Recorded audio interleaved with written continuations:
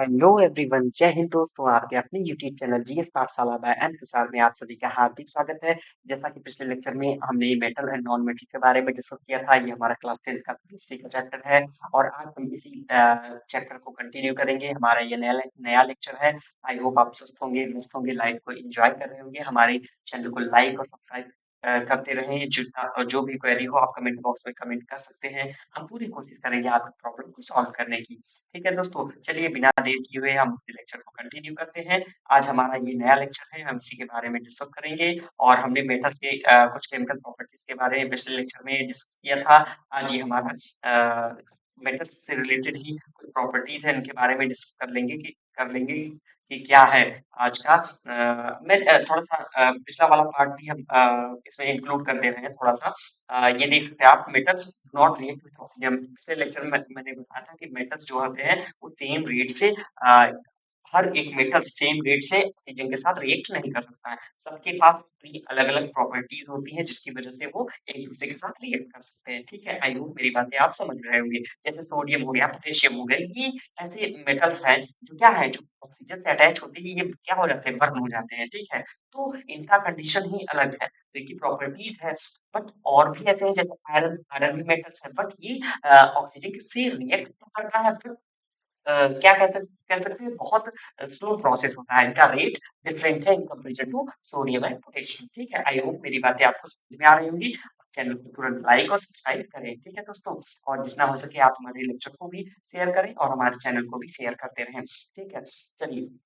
बहुत अलग-अलग different type of इसमें रिएक्टिविटी होती है अलग-अलग मेटल्स की टुवर्ड्स ऑक्सीजन। ऑक्सीजन के साथ मेटल्स जैसे कि मैंने बता दिया आपको, पोटेशियम हो गया, सोडियम हो गया। अगर इसको ऐसे ही सॉरी अगर ऐसे ही हमने एनवायरनमेंट में रख दिया तो ऑक्सीजन से रिएक्ट करके तुरंत ये क्या हो जाएगा, जल जाएगा, बर्न हो जाएगा।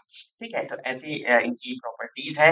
और कुछ ऐसे हैं जैसे कि यहाँ पर ऑर्डिनरी टेम्परेचर पे बात करें तो सरफेस ऑफ द मेटल जैसे कि मैग्नीशियम हो गया, एल्युमिनियम हो गए, जिंक हो गए, लेड हो गए, तो ये क्या करते हैं, ये कवर्ड कर देते हैं with thin layer of oxide. Oxide का थिन लेयर इन पे कवर्ड हो जाता है और ये प्रोटेक्टिव ऑक्साइड होते हैं ताकि इनको फर्दर ऑक्सीडेशन के लिए ये प्रोसेस में ना जा सके, मतलब ये अगेन ऑक्सीडाइज ना हो। ठीक है, इसके लिए इनको क्या एक कह सकते हैं कि प्रोटेक्टिव लेयर, ऑक्साइड का प्रोटेक्टिव लेयर इन पे लगा दिया, ये अटैच हो जाते हैं।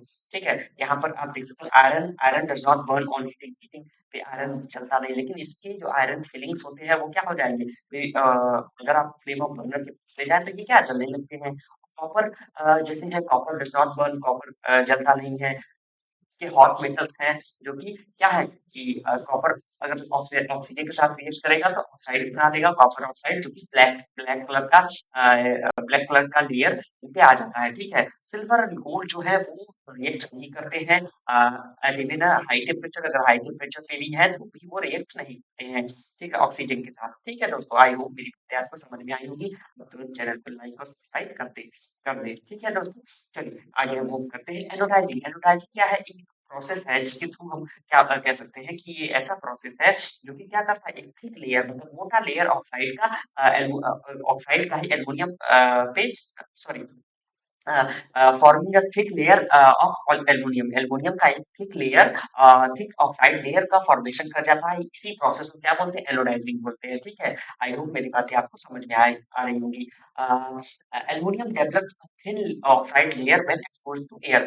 जैसे ही हमने इसको एयर में एक्सपोज कर दिया तो एल्युमिनियम क्या हो जाएगा, एक थिन लेयर ऑक्साइड का अपने ऊपर कवर कर लेगा and aluminium oxide coat makes its resistant to further corrosion. और ये क्या फर्दर कोरोजन ना हो इसकी वजह से इसी के लिए इसी की वजह से इसको क्या कर देते हैं, एनोडाइजिंग का प्रोसेस इस पे कर देते हैं ताकि ये फर्दर और कोरोजन, इनमें कोरोजन ना हो, ये डिके ना हो। ठीक है, and the resistance can be improved further by making the oxide layer thicker. और इसके ऑक्साइड लेयर को क्या कर देंगे, थिक कर देंगे एनोडाइजिंग के थ्रू। ठीक है, during anodising a clean aluminum article is made the anode and it's electrolyzed with dilute sulphuric acid के साथ इसको इलेक्ट्रोलाइज कर देंगे and the oxygen gas evolve at the anode reacts with aluminium to make a thicker protective layer. और जो oxygen evolve होता है anode ठीक है, एट द एनोड तो रिएक्ट किसके साथ कर जाएगा, एल्युमिनियम के साथ, और वो क्या बना देगा, एक थिन प्रोटेक्टिव ऑक्साइड का लेयर बना देगा।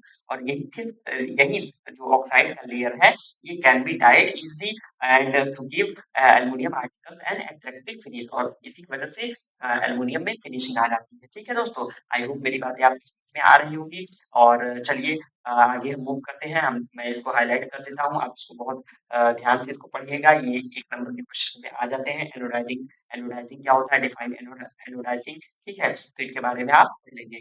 तो बाकी हमने देखा, अभी ऑब्जर्व किया कि सोडियम क्या है, सबसे ज़्यादा कह सकते हैं मोस्ट रिएक्टिव एलिमेंट है, मेटल्स है, ठीक है?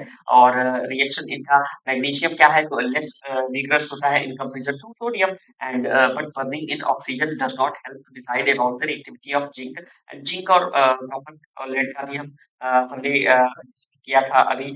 और आगे हम और भी रिएक्शंस हैं, उनके बारे में भी देख लेंगे, उनका कंक्लूजन निकाल लेंगे लेंगे कि क्या मेटल्स के साथ क्या-क्या प्रोसेस हो सकता है। जैसे यहाँ पर आपका सबसे पहला पॉइंट गया कि what happens when metals react with water. अगर मेटल्स वाटर के साथ रिएक्ट करता है तो दोस्तों क्या बन जाएगा? तो मेटल्स अगर वाटर के साथ रिएक्ट करता है तो सिंपली आप ये कह सकते हैं मेटल ऑक्साइड का फॉर्मेशन कर जाएगा या मेटल हाइड्रोक्साइड का। लेकिन इसके साथ mostly metals hydrogen gas release कर देते हैं। तो इसी के बारे में हम डिस्कस करेंगे, ठीक है? यहाँ पर एक्टिविटी है, अकॉर्डिंग टू एक्टिविटी आप जानते ही हैं, एनसीईआरटी का पुराना नेचर है, बिहेवियर है कि वो एक्टिविटी के थ्रू ही आपको समझाने की कोशिश करता है, ठीक है? तो आप एक्टिविटी को देख लीजिएगा, बाकी मैं आगे मूव करता हूँ। और यहाँ पर आप देख सकते हैं एक्शन ऑफ स्टीम, यहाँ पर आपको एक्टिविटी के बारे में दिखाया भी गया है। यहाँ पर ग्लास फुल सोटेड वाटर ये है, बर्नर है, मेटल का सैंपल ले लिया है और स्टैंड ले लिया है, कॉर्क लगा दिया जिसके थ्रू यहाँ पे पाइप लगा दी गई है। अगर गैस होगा तो गैस से प्लस कर जाएगा। एंड ये किसका वाटर है, वाटर से ही यहाँ पर अगर बबल्स का फॉर्मेशन हो रहा है, इट मीन्स यहाँ पर पता चल गया कि हाइड्रोजन गैस है। ठीक है दोस्तों, आई होप मेरी बातें आपको समझ में आ रही होंगी। मेटल्स, मैंने क्या बताया कि मेटल्स अगर वाटर के साथ रिएक्ट कर जाते हैं तो क्या प्रोड्यूस कर जाएंगे, मेटल ऑक्साइड प्रोड्यूस कर जाएंगे, एंड उसके साथ हाइड्रोजन गैस भी रिलीज कर देते हैं। ठीक है, यहाँ पर आप पढ़ सकते हैं, मैंने हाईलाइट कर दिया, metal oxide that are soluble in water. Metal oxide जो होते हैं वो वाटर में सोल्यूबल होते हैं एंड डिसॉल्व हो जाते हैं इनटू फॉर्म, क्या बना देते हैं, मेटल हाइड्रोक्साइड का फॉर्मेशन भी कर जाते हैं। All metals do not react with water, और ये भी है कि सारे मेटल्स वाटर के साथ रिएक्ट नहीं कर सकते हैं। ठीक है दोस्तों, तो जो मोस्टली मेटल्स की मैं बात कर रहा हूँ तो उनका बिहेवियर ऐसा है, आप यहाँ पर देख सकते हैं। ठीक है, जो मेटल्स है वाटर के साथ रिएक्ट कराया तो मेटल ऑक्साइड बन गया और उसके साथ हाइड्रोजन गैस रिलीज हो गई। मेटल ऑक्साइड को अगेन वाटर के साथ करा दिया तो मेटल हाइड्रोक्साइड बन गया। ठीक है, इसको मैं दूसरे कलर से डिपिक्ट कर देता हूँ या ताकि आपके लिए थोड़ा सा आसान हो जाए। ठीक है दोस्तों, और हमारे चैनल को लाइक सब्सक्राइब करना बिल्कुल भी मत भूलिए, और जितना हो सके हमारे चैनल को शेयर भी करते रहें ताकि हम और लोगों से भी कनेक्ट हो सके। ठीक है दोस्तों, देखिए metals like potassium and sodium react violently with cold, और जो मेटल्स होते हैं वो कोल्ड वाटर से भी क्या कर जाते हैं, रिएक्ट कर जाते हैं। जैसे जैसे कि आपका सोडियम हो गया, पोटेशियम हो गए, ये मेटल्स ऐसे हैं जो कोल्ड वाटर के साथ भी रिएक्ट कर जाएंगे। और कुछ ऐसे हैं जैसे मैग्नीशियम हो गए, तो मैग्नीशियम क्या है, वो थोड़ा लेस कह सकते हैं, थोड़ा सा हॉट वाटर से वो रिएक्ट कर जाएगा।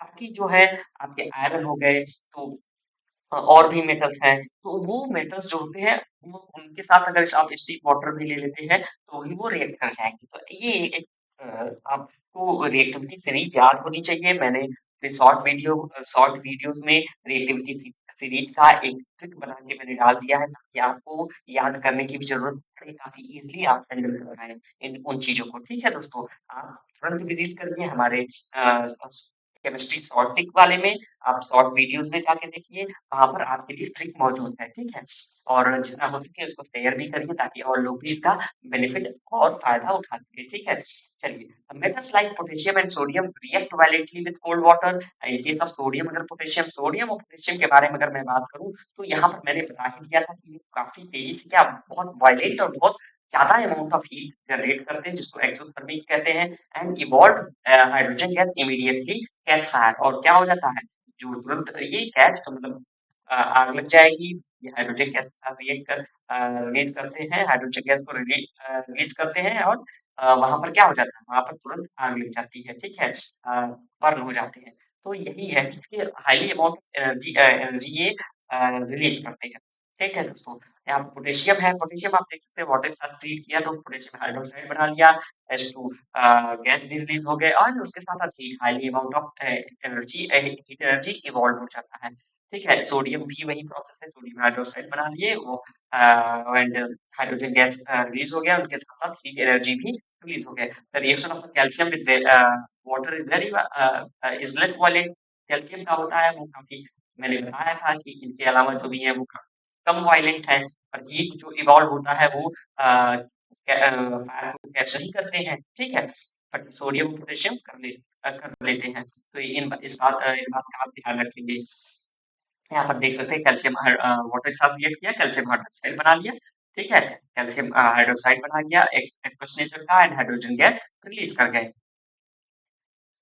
आई होप मेरी बातें आपको समझ में आ रही होंगी। कहीं पर कोई डाउट हो आप कमेंट बॉक्स में कमेंट तुरंत करें। कोई इश्यू नहीं है, आपके सारे प्रॉब्लम को का सॉल्यूशन मैं देने की कोशिश करूँगा। ठीक है दोस्तों? Calcium starts floating. अच्छा यहाँ पर आप देख सकते हैं कैल्शियम क्या है? कैल्शियम होता है ये मेटल्स है कैल्शियम है एंड मैग्नीशियम है। ये ऐसे मेटल्स हैं जो कि इनमें तो जब ये वाटर से रिएक्ट करते हैं तो हाइड्रोजन गैस तो रिलीज़ करते हैं। हाइड्रोजन गैस बबल्स के फॉर्म में जो होते हैं वो वाटर में तो वो कैल्शियम की कह सकते हैं कि कैल्शियम के पार्ट को वो ऊपर की तरफ वाटर के अपर पार्ट पे ले जाते हैं और फ्लोट कराने लगते हैं। ठीक है? तो ये कंडीशन होता है। तो calcium start floating because the bubbles of hydrogen gas formed stick और बबल्स क्या हो जाता है हाइड्रोजन गैस के मतलब इन्हीं से वो जो हाइड्रोजन गैस के बबल्स हैं उन्हीं से कैल्शियम स्टिक हो जाता है, चिपक जाता है एंड फ्लोट करने लगता है।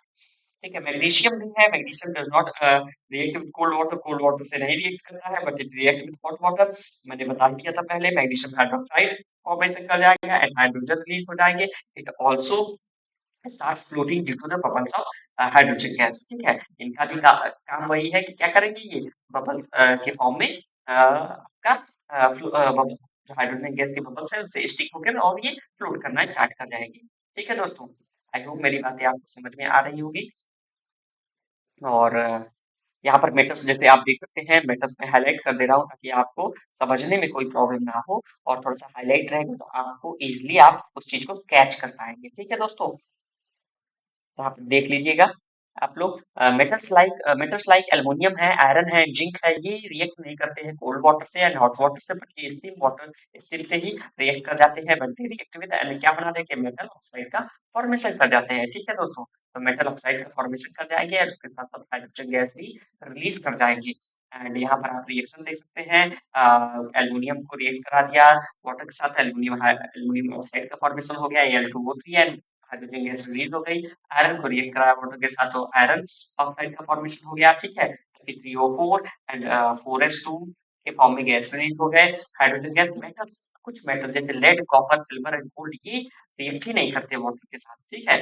ये आपको ज्यादा ये क्वेश्चंस आते हैं एक नंबर में आपको इनको बहुत प्रॉपर तरीके से ये याद करना होगा, समझना होगा, याद करने की ज़रूरत ही नहीं है। मैंने जिस वे में आपको बताया है, ये आपके लिए सफिशिएंट है। ठीक है दोस्तों? आई होप मेरा ये लेक्चर आपको पसंद आया होगा। अगले लेक्चर में फिर मुलाकात होगी और आप आई होप आप स्वस्थ होंगे, मस्त होंगे। हमारे चैनल को लाइक, सब्सक्राइब करना बिल्कुल मत भूलें। तुरंत लाइक और सब्सक्राइब करें और जितना हो सके हमारे चैनल को, हमारे लेक्चर को शेयर करें ताकि हम और लोगों से भी कनेक्ट हो सकें, हमारा भी मोटिवेशन बना रहे। ठीक है दोस्तों?